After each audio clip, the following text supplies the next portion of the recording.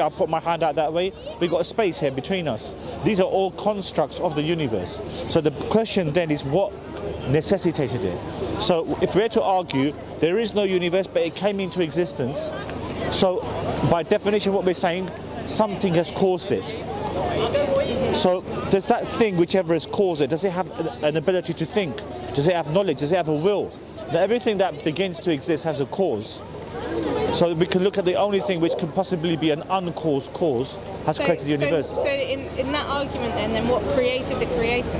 Right, so that's a good question. So what happened, which is a common response given, but the point then is if you continue to ask who created the creator, who created the creator, that would go on ad infinitum, which means that the problem of something referred to as infinite regress. That means if you get an infinite past chain of events, then you would not even be in the present because it goes on forever. And then if you don't have a starting point, you wouldn't come in the present. So by your definition then, was the creator created when he created the earth, the universe? The universe, by our understanding, is created by a creator who by definition is beyond creation and is not contingent upon anything. So like I said to you, if you're saying, okay, but what about the creator, where does he come from? The problem with that asking that question is that if you keep on asking this, who created that creator, who created that creator, who created, that will go on forever.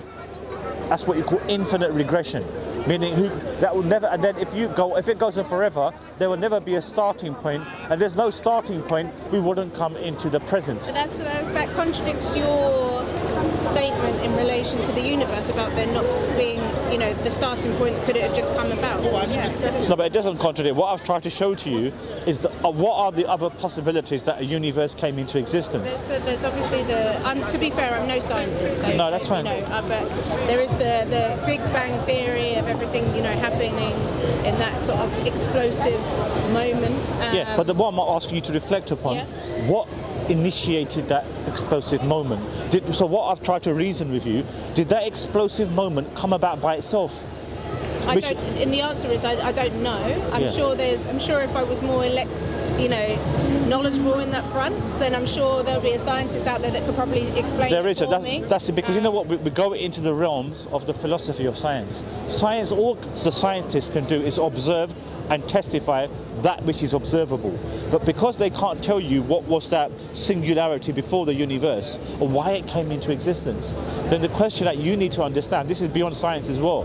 So this is referred to as the metaphysical, the philosophy of science. So therefore I want you to think once more before you go, is that if there is no universe, it comes into existence, and everything which we can comprehend is as a result of the universe, like space, like as me and you speak, we've got space between us, we've got matter, time, energy, these are all components of the universe. So it begs the question, what caused it to come? If you say you don't know, then you've got to look at, okay, you don't know, but what are the possibilities of it coming into existence? So the possibilities I've run through with you, either it's always existed, the universe, which is, the science tells us that's not the case. Present-day science tells us that's not the case because it tells us that the universe came into existence. And then the other possibilities are, did the universe create itself, which suggests it's got a conscious mind and it came about by nothing? But it's like saying a mother gives birth to herself. It's not analogous. It just makes no sense. So the only other possibility is something beyond the universe created the universe, and it necessitated the universe. Otherwise, there's no other explanation. If you say you don't know, that's fine, but then you look into those possibilities. So therefore, what we say, something which is beyond the universe. Do you know the universe is made up of parts? It's contingent upon parts which come together to form the whole. But the question is, what are these set of contingent things which form the whole? And hence we don't get an answer for that. Because it's something so by definition, what I'm saying is that we are left with an only palatable conclusion that there must have something must have originated it. So what we say, that must have been a creator. That's the only. Sherlock Holmes once said that whatever is left over, just say in a crime scene, and you dismiss the other possibilities, whatever's left over, that must be the truth then. Yeah, I don't dismiss the possibilities of something else necessarily. Yeah. It's just not necessarily what I'm sort of a live and let live kind of person. What you believe is what you believe, and I'm happy that you absolutely continue on that path, and I'm happy to be on potentially a separate one, you know? No, that's fine. But like I said, I hope those points have resonated with you. So when you said earlier it's a contradiction, it's not a contradiction. Because in essence, what I've tried to show to you, so we've got a human mind, we think. So we think, okay, what are the possibilities? A universe creating itself, universe which always existed, a universe with somebody perpetuated. These are the only possibilities. There's no other logical third or fourth or fifth or sixth or seventh possibility. Only these are the possibilities. Either the universe came into existence by itself, meaning it decides to pop into existence, which makes no sense because nothing is the absence of everything and anything. So nothing can get. As I say, if I knew more of the science, I would argue my case better, but I can't. However, there are people out there that would be able to. So yeah, I think we'd have to agree to that's fine. disagree on What I could do, could I offer you perhaps a copy of the Quran in English, free of charge? We're giving it to the public. As you can see, we've got literature on the table. You'd be very welcome to take a copy. Give me the highlights. Okay. So you asked me, what do I know about Islam, and I said not very much. So what are the core, like, fundamental parts of Islam? Okay, so the prelude that I gave, a belief in a creator, a God. So in our paradigm, it makes no sense whatsoever that a creator has created all this gargantuan universe purposelessly, for no purpose. Surely there's a purpose behind it. So what we therefore say is that we are creation of this creator. Yeah. And therefore, it makes sense that a creator would want us to live a life according to the will of that creator. Because if we agree the universe came into existence, it had a creator, the creator has a purpose for us, then only naturally what will follow is, what does he want from us? Right. Does he want us to recognize him?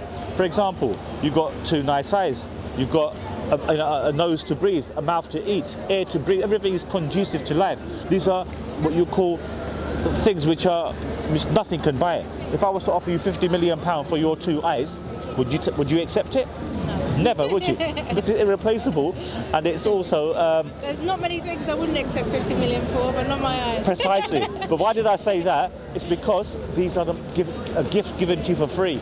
The magnificence of the way the eye is constructed. It's just unbelievable that we can see, that we can observe. I mean, just imagine having So the point I'm trying to address is therefore that whatever's given us these faculties, we need to be grateful for that creator. Now, for example, I'm assuming most people have 3 meals a day, to get by during the day. So just say you miss your first meal, just say you miss breakfast and you end up having lunch about 2 o'clock, and you go out to work in the morning, you're going to feel it, aren't you? You're going to think, oh, I'm feeling hungry, I'm feeling thirsty, and I've had no breakfast. Similarly, the soul, it craves for the creator as well.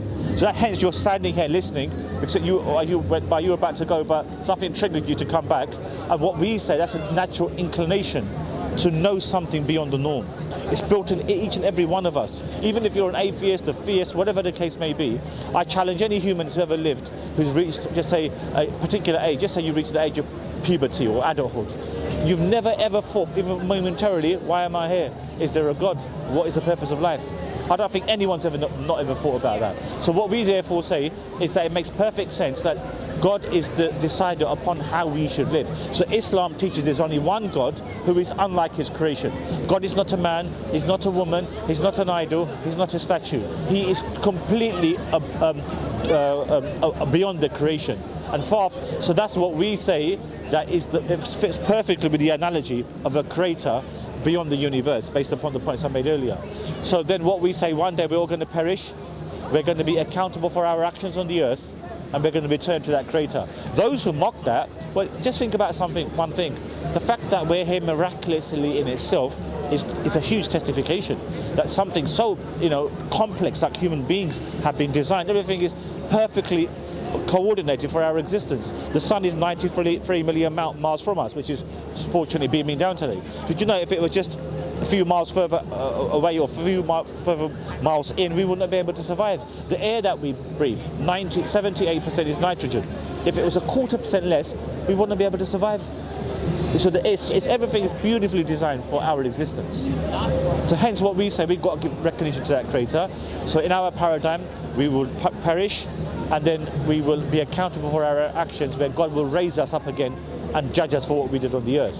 So the first and foremost point, the first thing about Islam, recognizing a one God who is beyond the creation, and he is not like his creation. So it's not like Christians who believe in like Jesus coming down to die for the sins of mankind. We don't believe any of that. We believe he was a messenger and a prophet who was sent by God, and that's it. No man is God. Man is not a God, woman is not a God, an idol is not a God, a statue is not a God. Just say Jesus, a man, is God, but why couldn't he come as a woman? Is that discriminating against women? So what we say, God is not like anything in creation. This is what we want people to reflect upon. I have to wonder, we're all going to die, but what's the other, if you got no belief in a creator, so everything here is purposeless. There's no essence, there's no real thinking that, you just live for the present. It's called nihilism. There is what about the other creatures on this earth then? So we're obviously human beings, but you get animals within this same universe. Yes. Do you think that they've got the complexity of knowledge to understand that there is a creator, and are their lives just worthless and meaningless? No, I don't think they're meaningless, but obviously we as humans, even various scriptures teach, we are like custodians of God's creation. We exemplify or personify God as his representatives, because he's given us faculties and abilities far beyond any other creation, if you see what I mean. So animals, certainly they're sentient beings. They can feel, they are observant, but they don't have the mental capacity and the rigidity that we have, or the set methodology of our cognitive functions that they have, you see. So I mean, so we must be good to all of God's creation. So yes, I mean, certainly, but in terms of who we are as human beings, and we can only think within that paradigm. Therefore, like I mentioned, we're only on this earth for a limited period of time, then we're no longer here, and hence we need to reflect what is our purpose. So like I said, we pray 5 times a day. I'm not sure if you're aware of that. Why? Because we've got to give credence to our Creator, who's given us everything. We should not be among the ungrateful. Like I gave you the analogy of not having a meal, like missing one of you, you're going to feel it. So the soul also craves to the Creator. Hence you're standing listening. When you can say, thanks for your information, I'll take a leaflet and I'll read it. But you're listening because it's nothing of eloquence on my part, but rather every human being wants to hear this, you see. What do you think? I still think what I thought when I arrived. No, I've learned a little bit more about Islam, so that's always good to take away. But Can I give you? There's no problem. Would you like a Quran in it? I can give you a Quran. I've got only a small bag. So. The bag which I will give you is very small as well.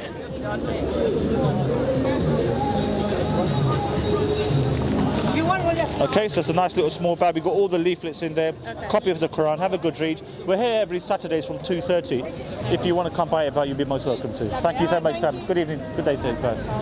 Fantastic conversation with a pleasant lady. She was set in her ways in certain beliefs, but I think whilst I was speaking to her, some points were resonating.